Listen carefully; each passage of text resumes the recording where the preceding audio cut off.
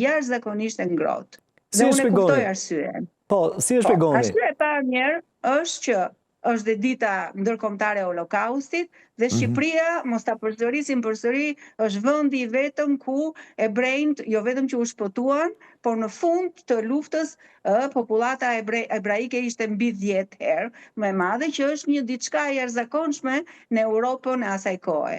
Dhe këto gjëra janë thënë dhe janë thënë dhe janë shumë të vërteta, dhe kjo është një vërtetë historike për të cilën ne shqiptarët duhet të jemi krenar për vlerat tona morale dhe për traditat tona.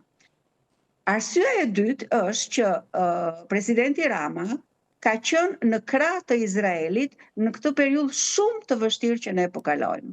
Siç e dini më mirë se mua, bota sot është ndarë në dy pjesë, ata që janë kundër Izraelit dhe ata që janë pro-Izraelit, dhe si gjithnjë ky konflikt midis arabëve dhe palestinezëve është kthyer, më fal për atë krahasimi banal që do bëj, është kthyer në një ndeshje futbolli ku janë dy anë të ndryshme të cilët diskutojnë dhe, më falni që po e them, shumica e tyre nuk e dinë se për çfarë bëhet fjalë.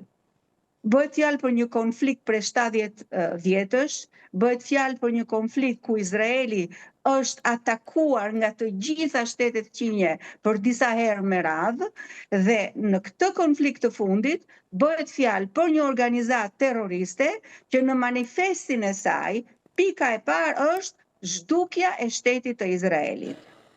Që këtu fillon dhe që këtu mbaron. Të gjitha të tjerat janë si konsekuencë e kësaj qëndrimi të terroristave të Hamasit. Atëre, ti do të më zhdukësh, ti e shkruan dhe thua këtë gjë me gojën plot, ti vepron për ta realizuar këtë, dhe unë çfarë munget të bëj? Vetëm të mbrohem. Më 7 tetor të vitit 2023, Hamasi atakoi Izraelin dhe vrau brenda një dite 1200 të pafajshëm, të rinj të reja që po festonin, fëmijë në krevatet e tyre, njerëz që sapo ishin zgjuar nga gjumi. Kjo është ajo që ka ndodhur në 7 tetor. Dhe disa ditë mbrapa, Hizballahu nga Libani atakoi veriun e Izraelit. Akoma sot ju nuk e dini që veriu i Izraelit është i zbrazur. Njerëzit akoma nuk janë kthyer në qytetet dhe në fshatrat e tyre, sepse akoma aty nuk ka qetësi. Mbas disa kohësh, Irani na sulmoi për 12 ditë rresht, dhe ajo ishte një situatë e padurueshme ku ne u atakuam me bomba balistike. Atëre, Izraeli do bëj ç'është e mundur që të mbrojë popullatën e vet. Dhe qeveria e Netanyahut i vuri vetes 2 qëllime. 1, të kthej të gjithë të kapurit nga Hamasi, dhe siç e dëgjua dje u kthye trupi i të fundit, dhe ky kapitull mori fund, dhe dyta është zhdukja e Hamasit. Dhe dje Edi Rama, njerëzit mund ta pëlqejnë, mund mos ta pëlqejnë, por ai e tha me gojën plot, nuk mund të ketë paqe në Izrael pa eliminimin e Hamasit. Zonja Jakoj, ju e thatë, fatkesisht i pajet, ama është kthyer edhe trupi i fundit, edhe në këtë mënyrë është përmbyllur, le themi, gjithçka përqetësuar paksa plagët e popullit të Izraelit për atë që ka ndodhur, dhe ju e bët një rezume kronologjike.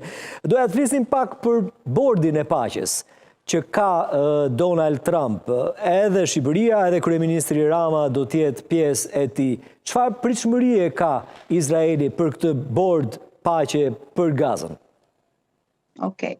Dje nga ç'dëgjova nga politikanët e Izraelit, përpara se të fillojë procesi i rindërtimit të Gazës, që unë personalisht dhe shumë izraelit, ne e mirëpresim dhe e urojmë, sepse edhe popullit palestinez dhe atij i takon të jetojë në paqe dhe në mirëqenie dhe në qetësi.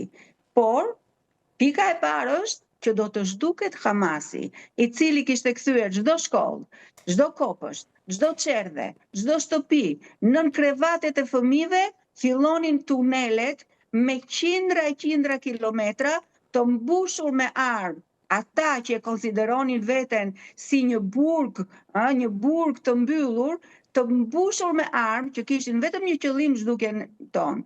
Pra, pa eliminimin e Hamasit nuk mund të bëhet fjalë për paqe. Pastaj, unë kam parë planin që paraqiti Kushner dhe Gaza sipas këtij plani duket tamam si Dubai, sapo janë kthyer nga Dubai. Një mrekulli e vërtet. A do të ketë shpërngulje të banorëve nga atje? Edhe të bëhet një pikë turistike për gjithë turistët e botës. Po, si do të zgjidhet çështja e banorëve? Më parë ishte një ide për t'i larguar banorët atje dhe për t'i rikthyer sërish. Çfarë do të ndodhë me planin e paqes të Donald Trump? Këto janë gjëra që nuk i di unë. Këto gjëra janë deklaratat e presidentit Trump, që nga ndonjëherë ai kthehet nga ato deklaratat e tij, por ma merr mendja që ata nuk mund të largohen, do vazhdojnë të jetojnë derisa të fillojë rindërtimi.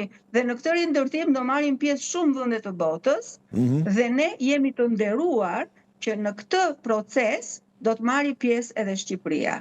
Padyshim. Zonja Jakoj, doja që të flisnim pak për Holokaustin. Me aq sa mund të flasim në këto minuta, ju keni pasur edhe histori personale të lidhura drejt për drejt me një ngjarje vërtet të dhimbshme, tragjike. Kemi një ditë ndërkombëtare, atë të Holokaustit. Për ju, bota, shtetet, njerëzimi, çfarë nuk duhet harrojnë kurrë nga kjo ngjarje, nga ajo që e prodhoi të gjithë atë që historia di, por edhe ne? Nuk duhet haruar dhe nuk duhet konfonduar, mendoj unë, se kanë filluar të përdorin fjalën Holokaust, kështu e kanë liruar fare çmimin e fjalës Holokaust. Holokausti me një fjali